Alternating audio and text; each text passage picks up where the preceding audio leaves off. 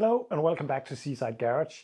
Today I'm going to do some more work to the Trabant because I really hope to go to the MOT this week.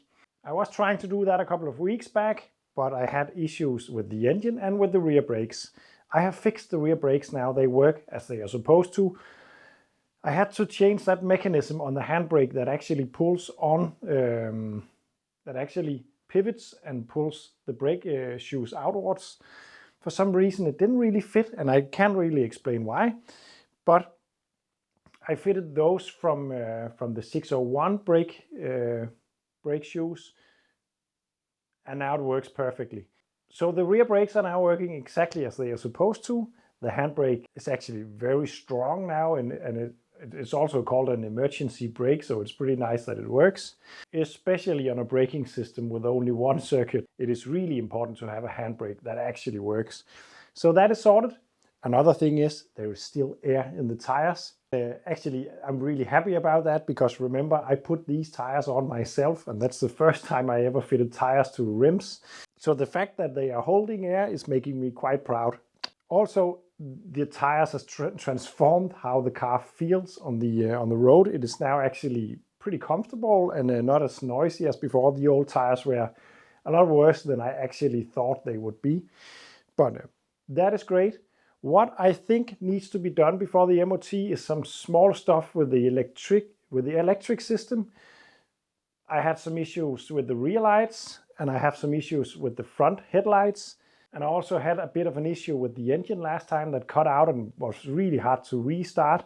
Actually, just by changing the spark plug cap, the one that goes to the spark plug, that was the only thing that I had lying around. I changed that, and that made a world of difference. The car is now pretty easy to start and restart only by changing that.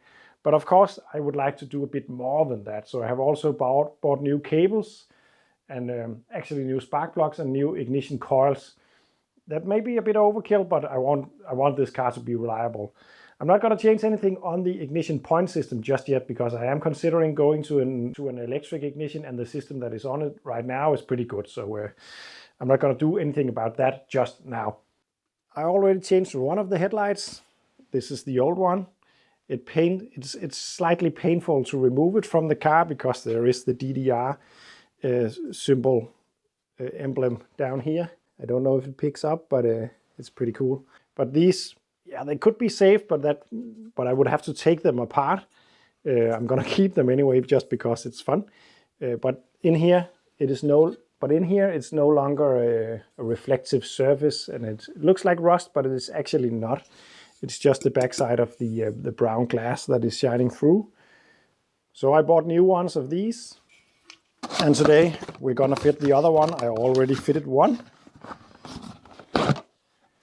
It was supposed to be a straight swap, but it never really is.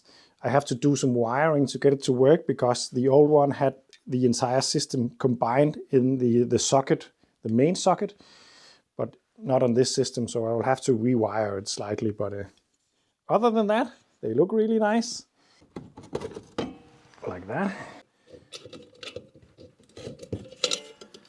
There we go. I'm fairly sure that I changed this bulb, but it's already burned slightly. I don't know why that is. But fitting the new one is not a straight swap because this mounting plate is no longer needed. It will just be mounted in this, and then the plug will go straight to the bulb. That's not very difficult because I just need to figure out which one of these are earth, and then take a wire from there to this side, and this wire to this side, and then it should work. So the brown wire right there on the plug should be the earth. Well, actually it shouldn't. This seems to be wired up slightly different than the other side. Something is not right, I presume. This looks really awkward or weird. I have to investigate because take a look at this. We got the thin brown wire at the lower socket and two thick wires at the outer sockets. But on the other side that I have already done and fixed up, we got the brown wire at the side, the thin one, and then the thick ones, and then the thick one in the middle and to the side. So it's not the same, and I really doubt that is the way it should be. So I will have to figure out which one is the right one and which one is the wrong one. And then, yeah, that was, yeah, this is rather weird. Something must be wrong. I'm gonna investigate. Maybe this book can help me. Unfortunately, I cannot understand what what it says because it's in, I can't remember if it's Polish, or, but maybe still I can see a wiring diagram or something like that. That can be understandable. I found this wiring diagram, and according to this, the brown one on this side is right. It's the right place. These two should be swapped around. And on this side, the brown is in the wrong place and should be here, which makes sense because this is the earthing wire and the brown wire is supposed to be the earth at least. So I'm going to redo that wiring and hopefully it will work. The strange thing is that both of the headlights were lighting up before. I had a really hard time figuring out which was the high beam and which was the low beam, and maybe this explains it, that maybe it was mixed up. Another thing is that I was rather puzzled to see this brand new bulb being black already and burned, and actually when I changed it on the other side it looked really bad as well, not black but milky, and I couldn't remember if I changed that side or not, but I know that I changed this side. So I think the issue right now is that the wires has been mixed up for some reason. And now I'm just going to redo them according to the manual, which is a bit of a gamble because it's actually not precisely for the P60, but for the 601 and 600. But I think it's the same. The wiring colors and the names on the socket match the wiring loom because, as you can see right here, on the plug it states that it should be 56A and stuff, and that is also possible to find on the plug itself. So I think the wires are messed up. I'm gonna do them right and then take you back.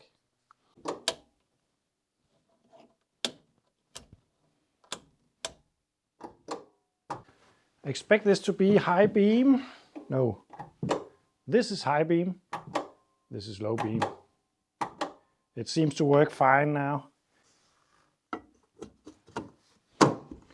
I'm pretty sure that the lights are now ready to go on this, except the lights on the rear. Let me show you the problems there. Remember when I told you that I had a problem that the rear lights were not red but orange? I saw that when the MOT man drove it onto the brake stand last time. Then I went back home. And then I went to try to fix it. And then it was suddenly not orange anymore, but red. This is perfectly acceptable. And I was really kind of worried about my head because I was sure that I saw a bright orange light and not a red one at the MOT station, and now all of a sudden it's red. But then take a look at this. Let me just get my assistant down to push on the brake. There we have the orange lighting. The orange lighting was not the rear light, it was the brake light because the MOT man was touching the brake. And the light was not even on, so the only light that I could see down there was the orange one. But that is not good either, because the brake light in Denmark also needs to be red, so this is no good still. Then I have been struggling to take the lights off because in here are rusty bolts that needs to come loose to take the lens off to change the bulbs. It doesn't work, they just spin. On the other side, I already got it out, but I actually had to take a hacksaw down the side and actually cut the bolt off to get it off. Then I just taped it back because I had to move the car. It wasn't a good idea because it's taking the paint off the lens now. So. But yeah, I need to fix that and put a new bolt in there that I cut off. Not a big deal, but But as you can see now, we have a red bulb. If anyone knows where to get these bulbs, please tell me, because the two of them, because they are both working luckily, but I have never seen this kind of bulb anywhere. So if anyone knows where to get one of these in red, then please tell me. If you put a link in a comment, then it will most likely be removed because of a spam robot, I think. So just write the company name or something that I can Google if you know where to get them. What I have done now is that I ordered orange indicator bulbs and red braking light bulbs, and they are on their way from Germany. It's difficult to get them because they are 6 volt. I can get many colors in Denmark, but not for 6 volt bulbs. So I won't do anything about this today, but when they arrive, I will change them and then go to the MOT station. So no more work on these today at least. What I want to do now is I want to change the ignition coils, the plug wires, and the spark plugs. And I could end up only changing one spark plug, and I will show you why, because I got a little issue there as well.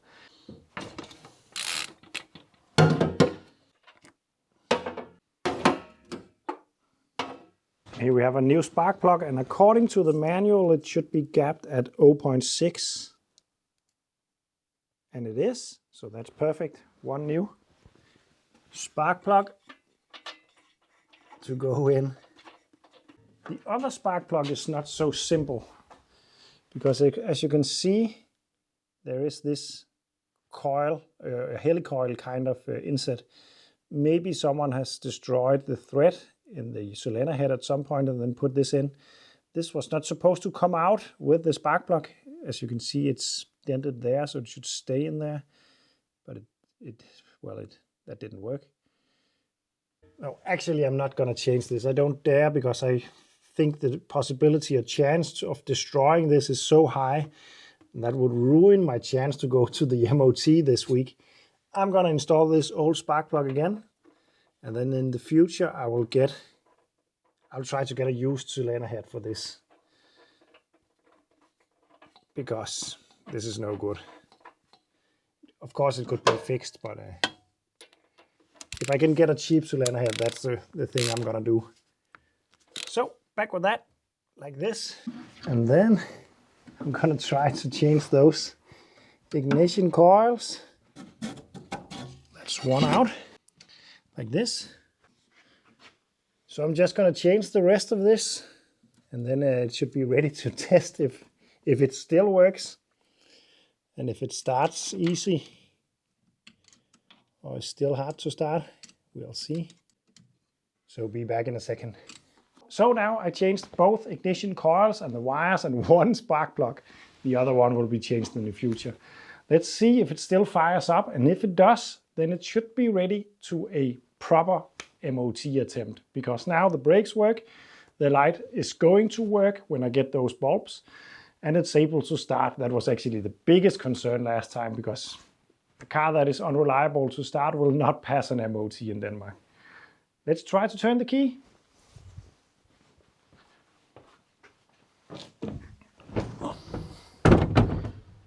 Fuel valve on.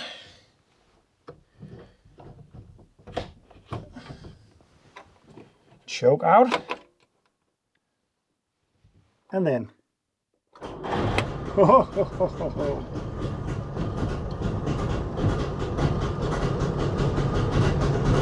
That was pretty amazing. Nice. So the Trabant has never started that easy. So I think it was a really good idea to change all those. The old components worked, but I think the resistance in the cables were getting too high, and maybe the ignition coils were not giving such a strong spark as before. Either way, it's working, seems to be working a lot more reliable now. This will be all for this video. It was a small one, I know, but the next one will most likely be about the MOT.